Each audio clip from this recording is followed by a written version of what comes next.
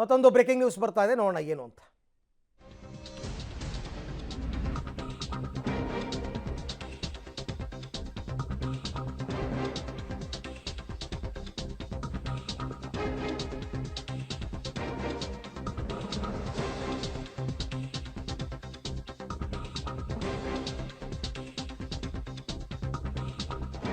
ಯಡಿಯೂರಪ್ಪ ನಿವಾಸಕ್ಕೆ ಬಿಜೆಪಿ ರಾಜ್ಯಾಧ್ಯಕ್ಷ ವಿಜಯೇಂದ್ರ ಅವರು ಆಗಮಿಸಿದ್ದಾರೆ. ವಿಜಯೇಂದ್ರ ಯಡಿಯೂರಪ್ಪ ಭೇಟಿಗೆ ಪ್ರೀತಮ್ ಗೌಡ ಆಗಮಿಸಿದ್ದಾರೆ. ಮಂಡ್ಯದ ಪಾಂಡವಪುರದಲ್ಲಿ ನಿನ್ನೆ ಗುಡುಗಿದ್ರು ಪ್ರೀತಮ್ ಗೌಡ. ಹಾಸನ ಮಂಡ್ಯ JDSಗೆ ಬಿಟ್ಟು ಕೊಡಲ್ಲ ಅಂತೆಲ್ಲ ಮಾತನಾಡಿದ್ರಲ್ಲ, ಈ ಹಿನ್ನೆಲೆಯಲ್ಲಿ ಬಹುತೇಕ ವಿಜಯೇಂದ್ರ ಅವರೇ ಬುಲಾವ್ ನೀಡಿದ್ದಾರೆ ಅಂತ ಅನ್ನಿಸ್ತಾ ಇದೆ. ಹಾಗಾಗಿ ಅವರಿಬ್ಬರ ಭೇಟಿಗೆ ಪ್ರೀತಮ್ ಗೌಡ ಅವರು ಕೂಡ ಆಗಮಿಸಿದ್ದಾರೆ. ನೋಡೋಣ ಯಡಿಯೂರಪ್ಪ ವಿಜಯೇಂದ್ರ ಸೇರಿಕೊಂಡು ಅವರಿಗೆ ಬುದ್ಧಿ ಮಾತನ್ನು ಹೇಳ್ತಾರಾ ಇಲ್ವಾ ಏನಾಗುತ್ತೆ. ಬಟ್ ನಿನ್ನೆ ಅವರು ಆಡಿದಂತಹ ಮಾತು BJP JDS ಮಧ್ಯೆ ಕಂದಕವನ್ನು ತರುತ್ತೆ ಅನ್ನುವಂತಹ ಮಾಹಿತಿಗಳಿದ್ವು. ಯಾಕೆಂದರೆ JDS ಅವರು ಸಹಜವಾಗಿ ಬೇಡಿಕೆ ಇಡ್ತಕ್ಕಂಥದ್ದು ಹಾಸನ ಮತ್ತು ಮಂಡ್ಯ, ಅದ್ರ ಬಗ್ಗೆನೇ ಮಾತನಾಡಿದ್ರಲ್ಲ. ಹಾಗಾಗಿ ಆ ರೀತಿ ಮಾತಾಡಬೇಡಿ ಅಂತ ಹೇಳೋದಕ್ಕೋ ಬುದ್ಧಿ ಮಾತು ಹೇಳೋದಕ್ಕೋ ಕರೆಸ್ಕೊಂಡಿದ್ದಾರೆ. ಭಾರತೀಯ ಜನತಾ ಪಾರ್ಟಿಗೆ NDA ಕೂಟಕ್ಕೆ ಜನತಾದಳ ಸೇರಿದೆ ಹೊರತು ಯಾವುದೇ ಕಾರಣಕ್ಕೂ ಯಾವ ಸೀಟು ಯಾರಿಗೆ ಎಂದು ತೀರ್ಮಾನ ಆಗಿಲ್ಲ. ನನ್ನ ಮನಸ್ಸಿಗೆ ಹೇಳ್ತಾ ಇದೆ, ಹಾಸನ ಮಂಡ್ಯ ಎರಡೂ ಕೂಡ ಭಾರತೀಯ ಜನತಾ ಪಾರ್ಟಿಯ ಅಭ್ಯರ್ಥಿಗಳೇ ಸ್ಪರ್ಧೆ ಮಾಡಿ ನಾವು ಭಾರತೀಯ ಜನತಾ ಪಾರ್ಟಿಯ ಭಾಗವನ್ನು ಹಾರಿಸುವಂತ ಅವಕಾಶ ಬರುತ್ತೆ.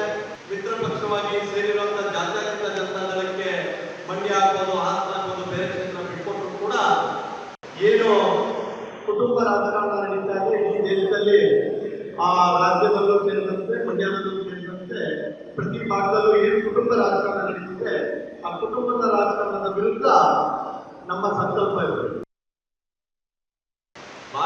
ಈ ಬಗ್ಗೆ ಮತ್ತಷ್ಟು ಮಾಹಿತಿ ನನ್ನ ಕೊಲೀಗ್ ಮಸೂದ್ ಅವರಿಂದ ಪಡ್ಕೊಳ್ಳೋಣ. ಮಸೂದ್, ಪ್ರೀತಮ್ ಗೌಡ ಅವರೇ ಯಡಿಯೂರಪ್ಪ ವಿಜೇಂದ್ರನ ಭೇಟಿ ಮಾಡೋದಕ್ಕೆ ಬಂದಿರೋದಾ ಅಥವಾ ಪ್ರೀತಮ್ ಗೌಡ ಅವ್ರನ್ನ ಕರೆಸ್ಕೊಂಡಿದ್ದಾರಾ? ಏನು ಮಾತುಕತೆ, ಏನೆಲ್ಲ ವಿಚಾರಗಳಾಗ್ಬೋದು? ಯಾಕೆಂದರೆ ನಿನ್ನೆ ಅವರು ಪಾಂಡವಪುರದಲ್ಲಿ ಆಡಿದ್ದ ಮಾತುಗಳದರ ಎಫೆಕ್ಟ್ ಬಗ್ಗೆ ಏನಾದ್ರು ಚರ್ಚೆ ಆಗುತ್ತಾ, ಏನು ವಿಚಾರ ಅಂತ? ಅರವಿಂದ್, ಯಡಿಯೂರಪ್ಪ ನಿವಾಸಕ್ಕೆ ಇವತ್ತು ವಿಜೇಂದ್ರ ಅವರು ಕೂಡ ಬಂದಿದ್ದಾರೆ. ಸುದ್ದಿಗೋಷ್ಠಿ ಕೂಡ ಈಗಷ್ಟೇ ಮಾಡಿದ್ರು. ವಿಜೇಂದ್ರ ಅವ್ರನ್ನ ನೋಡೋದಕ್ಕೆ ಪ್ರೀತಮ್ ಗೌಡ ಅವರು ಕೂಡ ಬಂದಿದ್ದಾರೆ. ಪ್ರೀತಮ್ ಗೌಡ ಅವರು ನಿನ್ನೆ ಪಾಂಡವಪುರದಲ್ಲಿ ಹಾಸನ ಮತ್ತು ಮಂಡ್ಯ ಕ್ಷೇತ್ರಗಳನ್ನು JDSಗೆ ಬಿಟ್ಕೊಡೋದಿಲ್ಲ ಅನ್ನುವಂತಹ ಹೇಳಿಕೆಯನ್ನು ಕೊಟ್ಟಿದ್ದರು. JDS ವಿರುದ್ಧ ಗುಡುಗಿದ್ರು. ಆ ಕಾರ್ಯಕರ್ತರ ಅಪೇಕ್ಷೆಗೆ ನೀವು ಮನ್ನಣೆ ಕೊಡಬೇಕು ಅಂತ ರಾಜ್ಯ BJP ನಾಯಕರಿಗೂ ಹೈಕಮಾಂಡ್ಗೂ ಒಂದು ರೀತಿಯಲ್ಲಿ ಮೆಸೇಜನ್ನು ರವಾನೆ ಮಾಡಿದರು. ಆ ಬೆನ್ನಲ್ಲೇ ಇವತ್ತು ವಿಜೇಂದ್ರ ಮತ್ತು ಯಡಿಯೂರಪ್ಪ ಅವರನ್ನ ಭೇಟಿ ಮಾಡೋದಕ್ಕೆ ಪ್ರೀತಮ್ ಗೌಡ ಅವರು ಬಂದಿದ್ದಾರೆ. ಆದರೆ ಇದುವರೆಗೂ ಕೂಡ ಅವ್ರನ್ನ ಕೂರಿಸ್ಕೊಂಡು ಬುದ್ಧಿವಾದ ಹೇಳುವ ಮಾತುಕತೆ ಆಗಿಲ್ಲ. ಇದೆಲ್ಲ ಕೂಡ ಅರಿವಿದೆ, ವಿಜೇಂದ್ರ ಅವ್ರಿಗೂ ಕೂಡ ಅರಿವಿದೆ, ಯಡಿಯೂರಪ್ಪನವ್ರಿಗೂ ಕೂಡ ಅರಿವಿದೆ. ನಾವು ಈ ಬಗ್ಗೆ ವಿಜೇಂದ್ರ ಅವರಿಗೆ ಪ್ರಶ್ನೆ ಕೇಳಿದಾಗ ಯಾವುದೂ ಕೂಡ ಇನ್ನೂ ಫೈನಲ್ ಆಗಿಲ್ಲ, 4 ಗೋಡೆಗಳ ಮಧ್ಯೆ ಈ ವಿಚಾರ ಚರ್ಚೆ ಮಾಡಬೇಕಾಗುತ್ತೆ. ಹಾಗಾಗಿ ನಾವು 4 ಗೋಡೆಗಳ ಮಧ್ಯೆ ಈ ವಿಚಾರ ಚರ್ಚೆ ಮಾಡಿ ತೀರ್ಮಾನ ಮಾಡ್ತೇವೆ ಅನ್ನುವಂಥ ಹೇಳಿಕೆ ಕೊಟ್ಟವರು. ಅಂದರೆ ಹಾಸನ ಮಂಡ್ಯ ವಿಚಾರ, ಒಳ ಸಂಘರ್ಷ ವಿಚಾರ, ಅಲ್ಲಿ ಕಾರ್ಯಕರ್ತರ ಅಪೇಕ್ಷೆ, ಪ್ರೀತಮ್ ಗೌಡ ಅವರ ವಿಚಾರ, ಇವೆಲ್ಲವನ್ನು ಕೂಡ 4 ಗೋಡೆಗಳ ಮಧ್ಯೆ ಕೂತ್ಕೊಂಡು ಚರ್ಚೆ ಮಾಡ್ತೇವೆ ಅನ್ನುವಂಥ ಹೇಳಿಕೆಯನ್ನು ಕೊಟ್ಟರು. ಆದರೆ ಎಲ್ಲವೂ ಕೂಡ ಅರಿವಿದ್ರೂ ಕೂಡ ಖಡಕ್ಕಾದ ಒಂದು ಸಂದೇಶ ಇನ್ನೂ ಕೂಡ ಕೊಟ್ಟಂಗಿಲ್ಲ. ಆ ಒಂದು ಸಂದೇಶ ಕೊಟ್ಟಿದ್ದರೆ ಈಗಾಗಲೇ ಈ ಹಿಂದೆ ವಿಜೇಂದ್ರ ಅವರು ಕೊಡಬೇಕಾಗಿತ್ತು.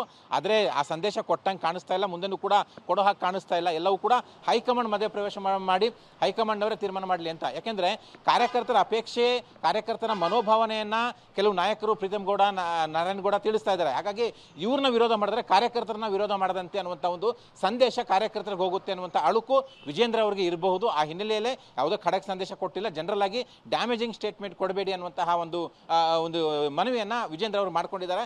ಆದರೆ ಪ್ರೀತಮ್ ಗೌಡ ಅವರು ಆ ಹೇಳಿಕೆಯನ್ನು ಇವತ್ತು ಕೂಡ ಮುಂದುವರಿಸ್ತಾರೆ. ಇವತ್ತು ಕೂಡ ಚಿಕ್ಕಬಳ್ಳಾಪುರ, ರಾಮನಗರದಲ್ಲಿ ಕಾರ್ಯಕಾರಿಣಿ ಸಭೆಗಳಿದ್ದಾವೆ, ಜಿಲ್ಲಾ ಕಾರ್ಯಕಾರಿಣಿ, ಅಲ್ಲೂ ಕೂಡ ಪ್ರೀತಮ್ ಗೌಡ ಪಾಲ್ಗೊಂಡು ಮಾತಾಡುವ ಸಾಧ್ಯತೆ ಇದೆ. ಒಟ್ಟಾರೆಯಾಗಿ ಈ ಒಂದು ಗೊಂದಲ ಹೈಕಮಾಂಡ್ ಕಡೆಯಿಂದಲೇ ನಿವಾರಣೆ ಆಗಲಿ ಅನ್ನುವಂಥದ್ದನ್ನು ರಾಜ್ಯ BJP ನಾಯಕರು ಕೂಡ ಕಾಯ್ತಾ ಇರೋ ಹಾಗಿದೆ. Arvind. Okay Masood, thank you. ತಮ್ಮೆಲ್ಲ ಮಾಹಿತಿಗಾಗಿ ಧನ್ಯವಾದ.